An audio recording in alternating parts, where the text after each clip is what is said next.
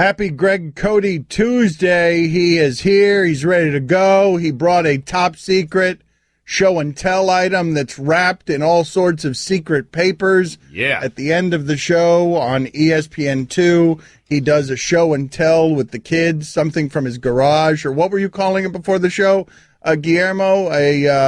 A land filled with curios? Well, there's two. There's the garage and there's the game room of curios. Right. Yes, yeah. We learned this last week. Yeah, correct. This is from the game room of curios. Nice. Okay, and what is the game room of curios? I've been in your home. Where is the game room of where my curios? pool table is in my video game that hasn't worked for years. Okay, but that's your game room. That's not, like, your garage is a place. No. It's a game room of curios. Yes, That's what thank it you, is. Mike. Yep. Thank you for that. No, but Give it its proper name. Your garage is a place filled with junk. Just unrelenting junk from many decades and centuries. But I think he's run out of room in the garage because there's so much junk in there, so he shifts some of it over to this game room of curios. Yes. Yeah, the junk that's fitting earns its way into the game room of You curios. guys are going to blame me for phone noises, and I'm telling you, they're not my phone noises. The higher end items definitely seem to come out of the game room of curios. Well, no, the game room of curios is a part of the house. Here's the thing. This is the way Greg Cody lives, for those of you who don't know. He's got this rat-infested area that he's allowed to do his debauchery in, his cigars and his beer. And it's awful. It's the worst part of the house. It's unlivable. No, it's beautiful. And it's no longer rat-infested. I wish you would quit saying that because it's perpetuating something that was but isn't. Okay, but it's dirty. It is dirty. But it's his, and it does sound beautiful. It sounds like a safe haven for him, a Right. place It is where you a can get some safe haven. peace and quiet. It is his place, but Yeah. his place is the dirtiest part of the house. It's a man cave of sorts. It's not a man. Your man cave. I view your game room as your man cave. Yes, the game room of curios. That's right. The creepiest items from the garage make its way to the game room of curios. Thank you. That's how it works. Nice. So that thing back there, They get promoted. that thing that is wrapped in secret paper that had to be a pain in the ass to get down here because it's big. That thing is from the game room of curios. Yes, correct. Okay. Very exciting. It has a Because I've seen that thing in the dirty garage. Yeah. I've seen that. it has an honored place in the game room of curios, right next to my life-size Pinocchio puppet. Wait, you know what's in Oh, there? it's a hobby horse, for the love of God. No, it isn't. Liar. Spoiler alert. What is he doing wrapping that in secret papers? What is that? The effort that he put forth? I put a bag on it. What is effort? Because it says top secret on Oh, it. Mike wrote that. I didn't. Listen, we can't get mad at him when he actually puts forth an effort. Oh no, Thank it's a you. good, Can't have it both ways. it's a good segment. It is. I have enjoyed every time I've seen that segment put out on social media. I've enjoyed it. Makes you smile, right? Yes. Yeah. Something that doesn't make me smile. Me? Yeah. I'm about to tell this story. How about this one, Mike? Oh boy. Here we go. Now, I've only heard snippets of Stugotz on Mike and Mike. And I wish we've just got a general tension around here that we've had for a long time between what I believe to be the best Stugotz, which is the real Stugotz, and what Stugotz believes to be the Stugotz he wants to be, which is hot take Stugotz. So they ask him today on Mike and Mike, because Stugotz wants to be taken seriously, but he's climbed very high not being taken seriously. Yep, it's worked out well for me. And so they ask him today, the Cavs, any issue with the Cavs getting out of the East? And his answer is absolute. Absolutely not. And I just don't know how you can look at how this team is playing, getting blown out. I did not see this last month coming, where they're terrible at defense, and they're not playing. They're getting blown out at home against Washington. They're going to Denver and getting blown out. Right. They look like they don't belong on the same court as San Antonio. I don't know how you could look at what you're watching over the last month and be absolute about anything. Like, you were absolutely not. No one can beat them in the East. And I'm like, I don't know. This team looks awful. Right. They're playing 500 basketball, and they're not playing any defense. None. No, I know. Listen, it's more a product of me looking at the other teams that they're competing with, and I just can't see any of those teams as poorly as they're playing, Dan. I understand all of that.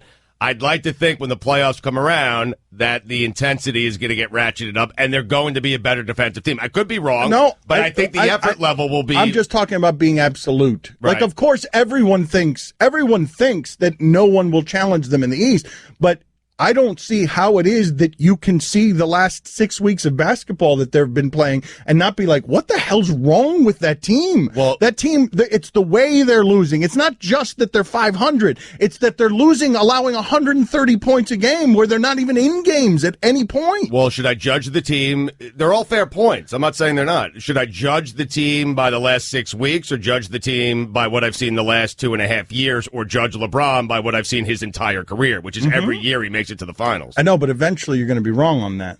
Well, eventually, yes. I just don't think it's going to be this year. Okay, and it might not be. I just don't know how you could be absolute about anything that you're watching right now.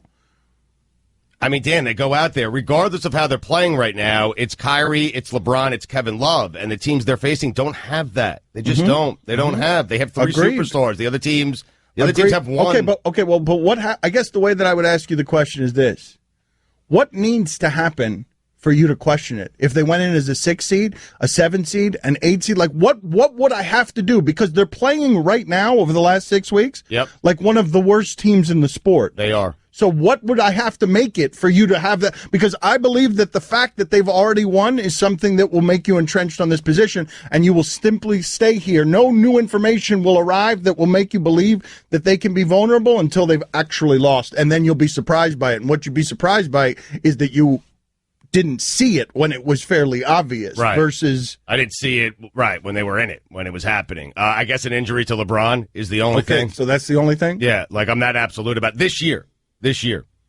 Well, I said a month ago that the Heat could challenge the Cavs in the first round, and everybody laughed, but it's true. The Cavs, they're not as good as they were last year. They're not playing deep. But they can flip a switch. That's what LeBron is thinking right now. And there's no other team in the East that's scary good. That's no true. Other team. And there's no other team that could flip a switch either. But getting back to what we were talking about with Stugotz, I do wonder if there's anything that can happen other than a LeBron injury. Anything. They could go in as a 5 seed, and because they did it last year, you'd still be believing them. What if they hadn't won Game 7? Well, that's a good question. I don't think it's a good question. I actually think that it's a crappy question because they're the same team. Right. Nothing would change for me, Dan. They're still 5 seed. They lose Game 7 last year. None of it would change because I'd rather have those 3 than any 3 that any other team in the East is going to put out there. And I don't think road or home really matters to LeBron James at this point in his career. I don't. Or to that team. The fact that they did win the championship last year means all the difference in the world, because if they didn't, they would be in panic mode right now. They would not have that championship to fall back on. But I'm just wondering how you can align these two positions. And maybe it doesn't matter because Stugotz doesn't have to take inventory of his positions. Colin Cowherd just did a segment or a show where he praised LeVar Ball at the beginning of it and was calling him a clown by the end of it. So you don't have to keep track of your takes. But I don't know. Are these two takes allowed to coexist? The Cavs are not vulnerable at all in the East, but the Heat can beat them. Because I think you've had both of those takes. Mm-hmm. Like, are those allowed to coexist? For me, they are, yes. For you, no. For me, perfectly fine. They're not vulnerable at all? Absolutely not. But watch out for the 8 seed. Yep. Well, it's a different year, though. I mean, when was the last time you had an 8 seed? You're going to argue on behalf of both of these positions? Because it's a different season. When was the last time you had an 8th seed that in the second half of the season had a record of, 30-10 or whatever it's going to end up being? It doesn't happen like that. That's a very good point right there. The Heat are one of the best teams in the league the second half of the season. You can't have both of those opinions. Certainly you can't. No, you can. And Cody, listen, Cody's getting good at this sports radio thing, man. You can't. Both of those opinions can't be true. The Cavs aren't vulnerable at all. They could lose to the 8 seed. Correct. That is correct. My favorite ice cream is vanilla and strawberry. You know what I'm saying? It depends on my mood. Yeah. I can have it both ways. Yep. Have my cake and eat it too. Can you also throw this one in? I believe the Cavs are playing the way they're playing because they're trying to avoid the Heat in the first round. Well, that was the other part that made me wince. That I was getting there. Oh, The first part was absolutely not. The Cavs are not vulnerable, but they're doing everything they can, including lose games, so that they don't have to face the Miami Heat, even though they're not vulnerable. That's the other part that I was like, why can't it just be make Stugotz or have Stugotz dance around and throw firecrackers? Don't make him do serious takes and have that be the thing. Got to be honest. If anything, that adds credence to his take, though. thank you. How does that add credence to his take? Certainly. Go ahead, Mike. Because they're not they're not vulnerable, but they're ducking the 8 seed. Because if there is one team that maybe just might hold the keys, it's a Miami Heat. Yeah. Right. But that Well explained, Mike. Mike, that happened from sentence to sentence. It was absolutely not. They're not vulnerable at all, but I believe they're losing right now because they want to avoid the Miami Heat at number 8. I mean, you're always on them about efficiency. I'm shaking my steering wheel. Right. Like, no, somebody call him out on that. What's great about that segment for me is no one's taking inventory of anything that I say. You and Mike are always taking inventory of all the things that I say. So this week, I said, listen, there are 2 things I don't want people to judge me on. Don't tell me how to parent my kids, and don't tell me how to be a fan, okay? Because everyone's blasting Raider fans for no longer. A week ago, I was telling Greeny how to be a college basketball fan, and no one took inventory, and no one called me out on it. You were telling Northwestern fans how to be fans. Yes. Everyone's blasting Raiders fans for no longer what? You ejected on an entire sentence. Yeah, I was wondering Everyone about that. knew. Everyone knew. Everyone knew. Blasting Raider. What Everyone is knew. it? Mike, tell me what he was thinking. Or Mike, you go ask ahead. him. Mike, explain what he was thinking. Can I get the sentence again as it was? Everyone was blasting Raider fans. For no longer. Now go. I have no idea. It can go so many ways. Let me fill it in for you. Everyone is blasting Raider fans. No, I can fill it in. I'm fluent in Stugotz Go ahead. for no longer supporting the Raiders if they move to Las Vegas. Or Correct. when they move to Las Vegas. Yes. And people are getting on them for doing that. And I'm telling you, don't tell me how to root for my teams. All right? Don't tell me how to root for my teams. If I want to root for the Raiders, if they leave my season, then I'll root for the Raiders. And if I don't, I won't. And I don't need you to tell me how to do it and which way to do it. I'll root for them if I want to, and I won't if I don't want to. That's simple. So you ejected on 48 words. Pretty much. Okay, but his point stands, which is that he says, don't tell me how to parent my kids, don't tell me how to be a fan. And a week ago, he was ripping Mike Greenberg up and down for how he was a Northwestern basketball fan. Yes. And what this is the thing about, like, no. I can't keep up, man. No, we can keep up. Amazing. It's unbelievably tiring, but we can keep up. But he absolutely needs a system of checks. A system of checks and balances, because left to his own devices, he will keep gaining power and it'll keep getting stronger and he will be more inconsistent and he'll be standing with his fists on his hips as a superhero of Blowhard. Captain Blowhard is here and it's awful. It's awful. Is Mike the sidekick who finishes my sentences? It's you need somebody to rein you in. Otherwise, you will soar right into the sun with your inconsistent takes. Like, you will just eject, like, just unfinished takes. The last one, the Raiders, don't tell the Raiders fans that they're no longer, and then poof, you just explode into the sun. Just let me fly, man. Dan Batard. 561, eat it! Stugotz. Eat it, 561. This is the Dan Batard Show with the Stugotz on the ticket. I know what basketball history is, and I know what it shows. I just think that there is a reason right now to question the Cavs, because that defensive ranking doesn't hold up. And even though we can all say, well, they'll try harder in the playoffs, of course they will, and they will always have the best players on the court in the playoffs. Right. There's something not right about that team right now. I don't think it's a matter of effort. They gave up the 1 seed to Boston, and the way they look lately is puzzling because of what I'm telling you. You don't see champions losing by these scores where you're at home, you're playing Washington, you're trying to keep the 1 seed because you want a Game 7 on your court, and Washington scoring almost 140 points or whatever they scored.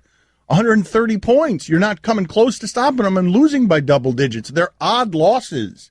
You're going to Denver off of rest, and you're never in the game. You're down 20 all game. LeBron's not used to working in the first round. I think he's won like 18 first-round games in a row.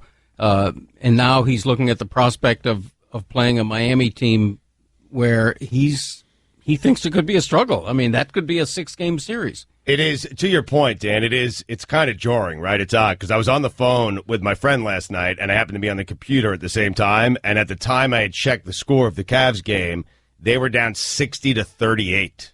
Now, Grant, it's the Spurs, but it's the Cavs, the world champions. They were down 60-38, and I stopped the conversation I was having with my friend to say, oh, my God, the Cavs are down 60-38 right now. This has made me doubt what's happening there. And I don't overreact or knee-jerk on small samples, but this extended run of trying to resting their guys, trying to get to a better place, trying to be rested for games, and then LeBron goes out there and he's minus 30 in a game? Minus 30 in a game against the Nuggets. Mm-hmm. And then it's not just the defensive lapses, 74 points. I mean, LeBron James' team scoring 74 points, that's weird. Crazy. I think it's fair to doubt them, and I think it's fair to question whether or not they're vulnerable. I don't think you could say anything absolute, even though I understand all your points about Toronto doesn't scare you. You don't, for all the same reasons you think Cleveland's going to do it are the same reasons that you don't think Boston, Toronto, and Washington are going to do it, because you haven't seen them do it. But I'm telling you, that's a little bit of a mask. Well, we would agree, though, that of all the teams in the East, Cleveland is the one team that has that extra gear. They do have the ability to all of a sudden coalesce and be the team you think they are. Their weak conference allows for the whole theory that they're just waiting to turn it on. I think the Lakers did this as a 2-seed. They were just taking their time during the regular season, resting their guys, battling through injuries, and then they turned it on. And as a 3-seed, they won it, and this was 2002. Lakers are a much more difficult conference. It's easier to pull it off in the East. Agreed. And I'm trying to find the navigation points on talking about this. This feels, do you remember when Zoe came back to that Anthony Mason All-Star team? Yep. Do you remember the year the Miami Heat were defending the championship of Shaq and Wade? I kept waiting for both times when Jamal Mashburn is scorching the Alonzo Mourning team when he's in Charlotte. Right. And when the Bulls are beating in the first round the Heat. And what I would have been arguing that season is, well, Shaq and Wade have done it before. They'll just turn it on in the playoffs. And which champion does this feel more like? Do the Cavs feel more like that as a champion, or do they feel more like the Lakers as a champion? Because what I'm watching now, it has the echoes of something familiar. Because I kept saying that whole season with the Miami Heat, well, they'll just figure it out in the playoffs. They've already done it. Right.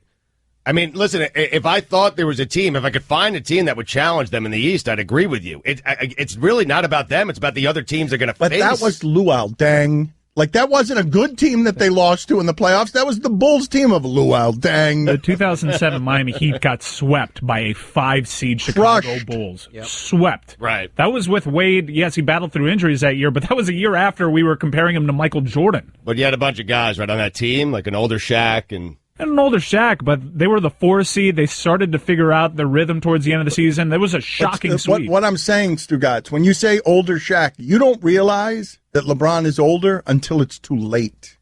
Right. Like, we will be able to chronicle all of these miles, these superhuman miles on this superhuman body. We're going to be wrong eventually if we keep trusting this to keep making it to the Eastern Conference Finals. Of course we are. But I'm going to trust it for one more year at least. You can. At least, yeah. But you can't envision them repeating as champions. You just can't get to that point rationally right now.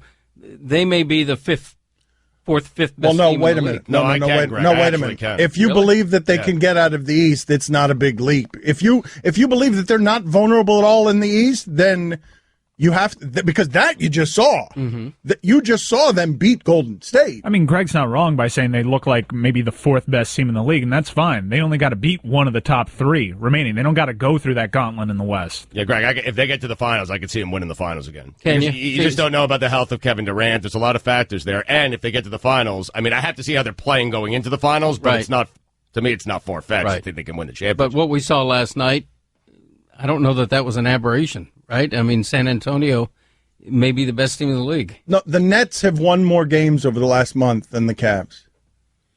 Like, Dan, I hear you. Even against the Lakers, a game that they won, they gave up 120 points to that team. To the Lakers, man. And on the road, I'm not so sure. It's just been a recent thing. On the season, I think they're a game over 500 as a road team. Well, what do you do with all of this, Mike? Okay, because I'm just trying to move Stugotz off of the position of absolutely not. The Cavs aren't any kind of vulnerable. Oh, they're totally vulnerable. I just don't think in this conference there isn't a team in the East that I think can battle. But no, that's what he's saying. He's saying absolutely not in the East, not vulnerable in the East is what he's saying. I think a team might surprise them, and next year we might point to whoever pushes them, saying, "Oh, they're really close." When the Cavs are just sort of chugging along here. Totally vulnerable in the NBA Finals. I don't think they're going to win the NBA Finals. How could you believe that with any sort of real conviction after seeing what we've seen over the last month? Why do you want to push me off, man? I'm comfortable here. Why do I have to be pushed off? I'm comfortable with my position. You want me off of it that bad? I mean, I'm certain if you keep talking for 5 more minutes, eventually I'll jump off of it. A texter writes in, the 2007 Heat team was a 4 seed. This Cavs team will be a 1 or a 2 seed. Okay, and if Toronto were healthy, they wouldn't be. It'd be a 3. They'd be a 3 seed if Kyle Lowry had been playing the last month of the season. There's actually a chance they were a 3 seed because the Wizards are playing really well. They're only 2 games behind the Cavs. So they very well easily could be a 4 seed under certain circumstances. I don't know what you guys are. I mean, even the Raptors could catch them. You guys want an apples to apples, you guys want an apples to apples comparison that is exactly the same. Well, this was LeBron in 2007, and here was the guy playing the role of Kevin Love in 2007. Here was the guy playing the role of Kyrie Irving in 2007. And could the Raptors be that team if they get Kyle Lowry? They took Cleveland to 6 last year. I just don't see, there isn't a team as good as the Indiana Pacers that fell to the LeBron James Heat. I don't see that. I don't see a team that I can trust. It's an interesting conversation to me because you don't see a team that you can trust, and what I'm telling you is that this Cleveland team wouldn't be something that you trusted either if they lost in the last 3 minutes of Game 7. You'd be with me. Mm-hmm. If the last 3 minutes of Golden State had played out differently, you would be with me right now on this.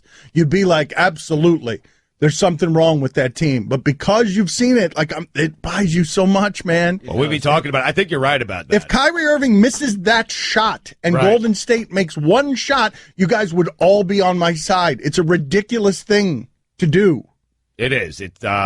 Well, it lacks vision, that's for sure. Yeah. Cleveland would be panic-stricken right now. We'd be talking about, is LeBron done? Is he at the end But of I'm his not career? talking about Cleveland being panic-stricken. I'm talking about what the noise would be around that team right now, and everybody would be saying they're vulnerable in the East. Of course. But it's so silly. They won. It's silly. You want to parse it and say, well, they got lucky, and what if they didn't win? I'm not saying they got won. lucky. They reign. I'm just saying, and never mind that. Let's say Draymond doesn't get suspended, and for some reason that series ends in 5 games. What do you think you'd be saying right now? It's the same team. Right. Champion.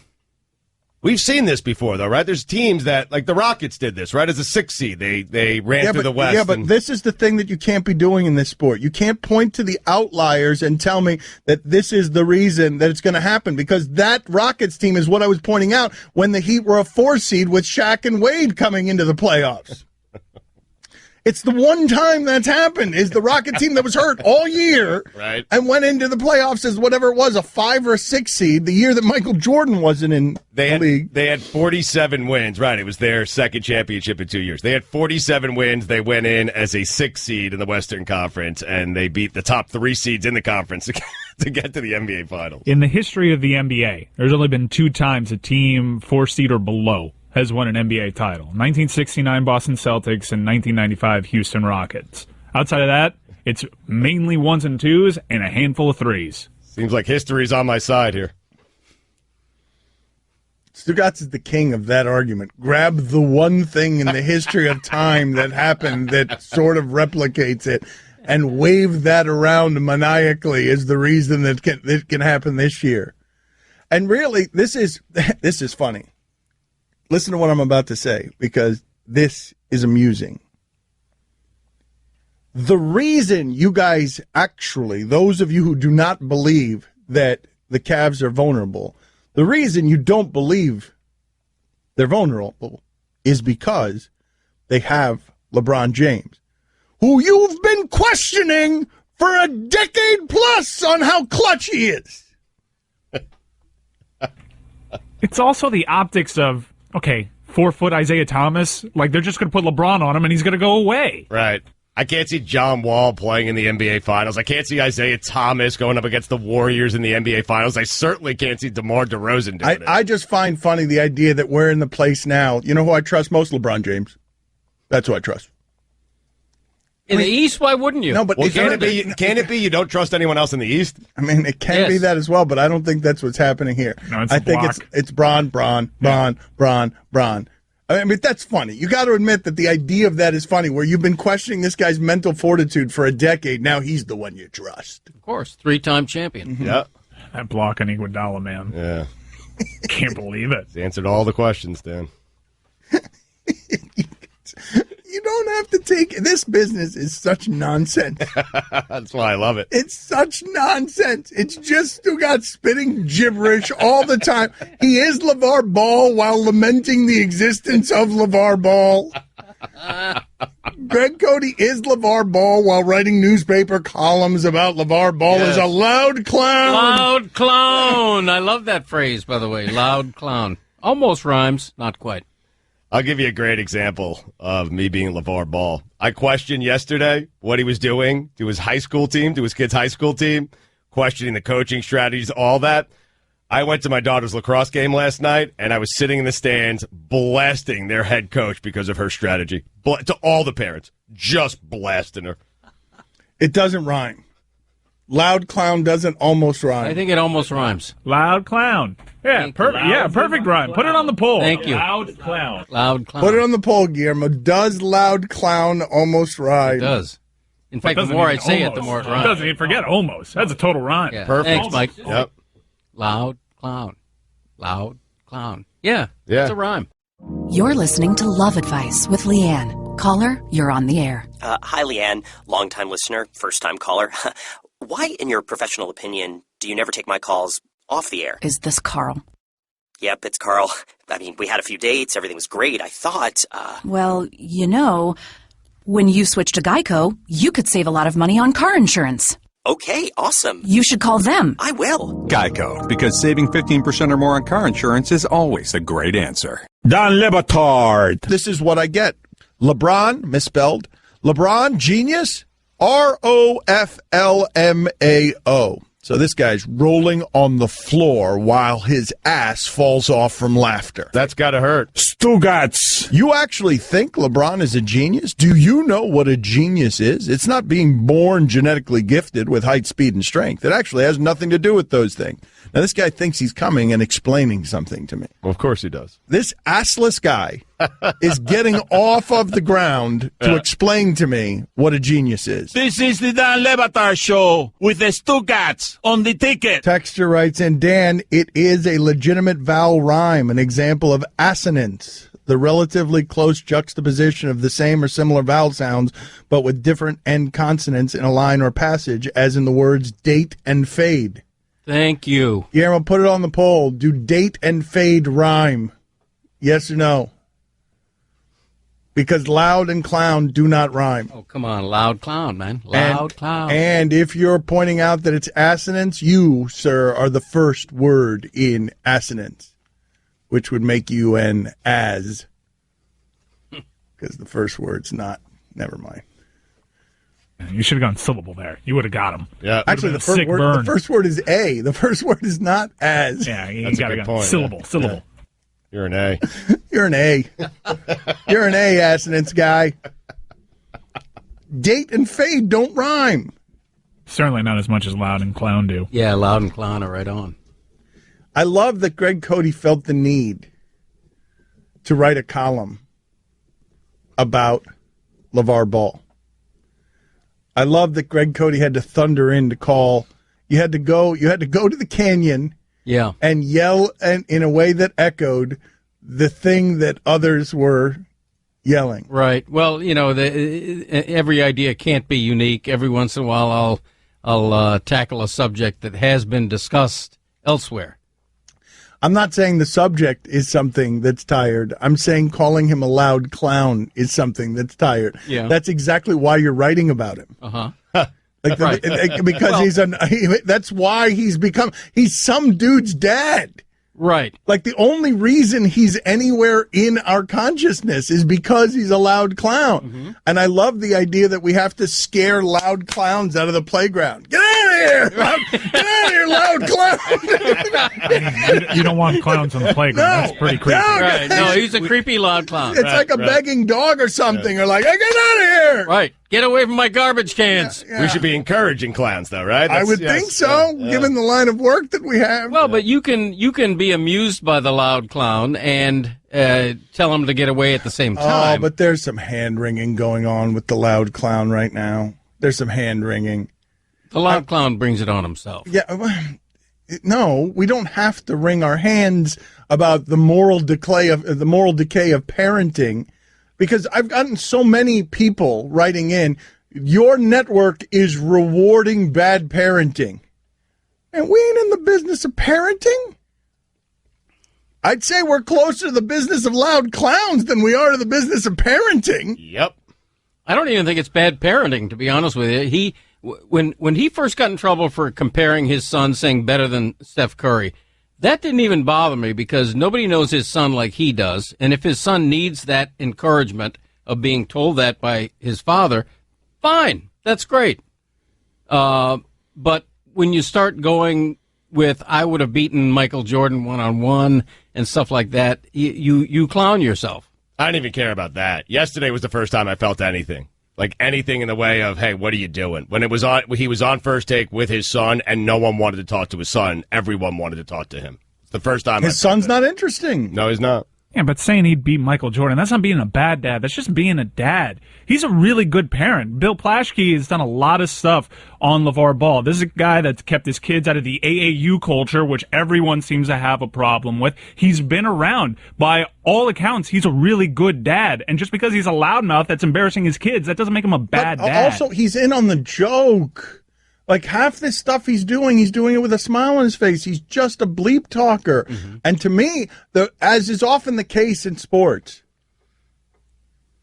to me, the people reacting to this guy are more interesting than this guy. The people reacting and the way they react. Mike, play the Dick Vitale sound so that Cody can hear what he sounds like, because this was fun doing the roller coaster seesaw with Stugotz yesterday, where he's watching First Take and he's objecting to the way that his son's in a hoodie and kind of in the shadows. And so he's objecting. He feels bad about the very idea of LeVar Ball for the first time. And then we played this sound for Stugotz, and he swung right back over to our side where he was like, the loud clown is someone that I want in my life because the loud clown brings out the gatekeepers to come and excoriate him. So this is what you sound like, Cody. This is you right here. Uh-huh. I'm guilty by even talking about the guy, and we're all guilty. He wants that. He really lives off that. It's sad. It's really sad. What I read in USA Today, what he did to his high school coach in the locker room during a game, I mean, coming in there, taking over with the team, and the coach said it's unbearable. I'm telling you, I may not want to deal with somebody like that because really, he is a troubling guy, and you know what he does? He should sit down with somebody and get a little advice and listen, because what he's doing is absolutely a soap opera that is, you can't script it. I mean, every day there's another outlandish. I mean, Stephen A. Smith told him, it's a joke what you're saying. You can't exploit the kids. I exploit the kids, baby. That's funny because Dick Vitale is a loud clown, but in the lovable division. This guy's exploiting his own kids. His own kids. You can't exploit your kids, LeVar Ball. I can exploit your kids, baby. He's a diaper daddy. I mean, we're all exploiting the kids, and LeVar Ball keeps pointing out to us, hey, you guys can do it. Why can't I? I actually love them. Not you guys. It's amusing. It's fun on the cycle of news. You know, it's good for several days. Correct. But why are you objecting to it? Because it's fun to make fun of people who clown themselves. You can say whatever you want, but I have the right to make fun of what you've just said. It can be both, I guess, right? Like you still want him around because Right. he's entertaining and he gives you something to talk about, but you can object to what it is that he's saying. I just love the idea that we don't hold up mirrors to ourselves. Because the idea of anyone on this show making fun of anyone else for being a clown on this particular show, I don't even want to make it about Dickie V. Although he's a pretty good example of loud, cartoonish exploiting of kids for profit, but so are we. Mm-hmm. So I'm not going to object to it without seeing the hypocrisy in it. Of course. But if I were the UCLA coach, I think I would resent a little bit that LeVar Ball all of a sudden is making everything about him and his son. UCLA was a nice little story, but it became the LeVar Ball show. But hold on a second, because the UCLA coach, Steve Alford, who was almost fired last year, that kid's son is the reason he still has a job, Greg. That's fine. That kid's son is the reason they got to the Sweet 16. Why do you care about that stuff, Greg? Who cares?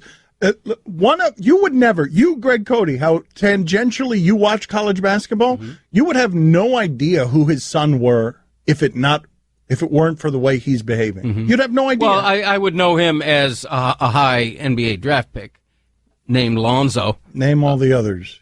Lonzo Ball. Lucille Ball. You know, there's been a million great balls through history. Lonzo, fall in line, kid. You know what I'm saying? But I felt the same way about Northwestern being hijacked by Julia Louis-Dreyfus. And the fact that her son, who never plays, does all these cute videos, and all of a sudden the Northwestern story is about this kid who's played 8 minutes all season. Bingo. Thank you. Bingo? I nailed it. Okay, and let's see if I nail it. This segment started with the idea of lack of self-awareness. Greg Cody, who ruins our show weekly, putting up his Twitter feed. Oh, yeah, I got to do that. Thank you. Making it about himself. Greg Cody, my greatest frustration with Cody is that he comes in here and only cares about himself and getting Twitter followers. Mm-hmm. The idea that you wouldn't hold a mirror up to what you do while filing that criticism is amazing to me. Why? How's that? Illuminate me. You're doing the same thing. You want the attention to yourself while lamenting that others would dare get a disproportionate amount of the attention. I'm good with it. I love you coming in here on Tuesdays and getting all the attention you want because you're my friend and I love you. But you do these same things that you complain about. Is that right? Well, here's you just did, kind of. Well, did I? No, but here's what. Yeah, I don't see it like that. I'm totally cool with it, just so you know. This must be some sort of weird human affliction. Because I told you yesterday I really enjoyed this movie, a documentary, American Anarchist.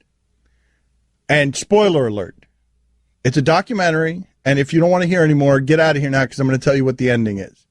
Because I think many of you aren't going to watch it. This guy wrote the Anarchist Cookbook when he was 19 years old, and now he's a 65-year-old teacher of special needs kids. Mm-hmm. So he wrote a book telling people how to set bombs off against the government. Yep. Now he's trying to make amends.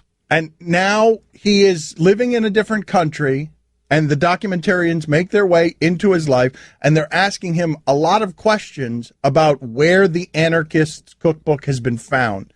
The Oklahoma City bombings, basically terrorist acts throughout America. That book is what's being used to make homemade bombs. And so they're asking him these questions. This is a professor. This is a smart man. And he's sitting there, and he is just doing all sorts of gymnastics to contort himself so that he is not responsible for these things that have happened. And he didn't. He wrote the book, but he's not using the book to create these bombs that have killed people. But every time there's a major terrorist incident in this country, it ends up back at the doorsteps of that book and at his doorstep, but he's been living in another country, hasn't been paying attention to the internet, has been taking the money off the royalties, but hasn't been trying to stop the publication of the book in any meaningful way, but clearly is a smart man who has sort of rationalized away his responsibility for something dumb that he did when he was 19 years old. And so the way that the movie ends is talking about his second book. And his second book was through the eyes of, he wrote a second book, and it's such a great ending to the book, because the whole movie is a moral conundrum in terms of like how much responsibility does he have for something that he wrote at 19? Sure.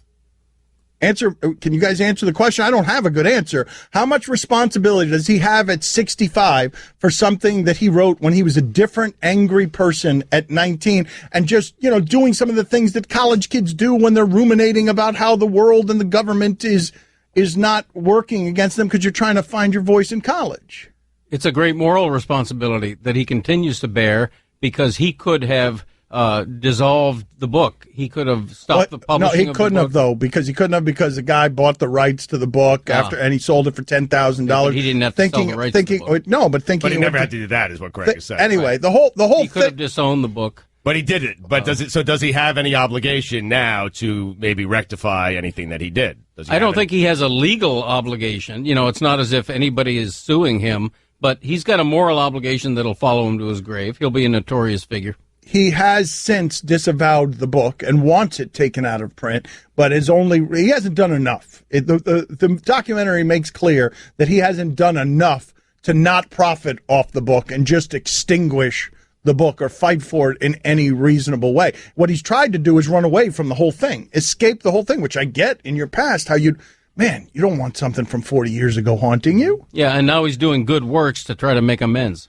I mean, maybe he's just trying to do good works because he's a teacher. But I'm going to try not to give away the ending of this movie. But he wrote a novel, the second book he wrote after the age of 19, and he's telling the story on camera of what the plot is. And it compares almost apples to apples to the entire movie you've just seen, where someone does something and it has far-reaching consequences that extend for 40 years. And it's through the eyes of the storyteller and the one doing the damage. Mm-hmm. And the documentarian asks him, do you not see the parallels? Like, they're obvious parallels between the story you wrote, the second book you wrote, and your own story. And the guy just stares at the camera because he's in such a deep denial that he doesn't see the parallels. And it's the first time he's actually considered that he wrote an entire book that is basically what his next 40 years would be. That's amazing. No, but what I'm saying is it's you guys. I'm saying you are that guy. You call LeVar Ball a loud clown. Loud clown. Yeah. I would have written a sequel titled How to Defuse a Homemade Bomb, and that would have gotten me off the hook. Oh, you wouldn't have. You are the guy in this movie. Oh, really? You are. I wrote a manifesto on behalf of terror.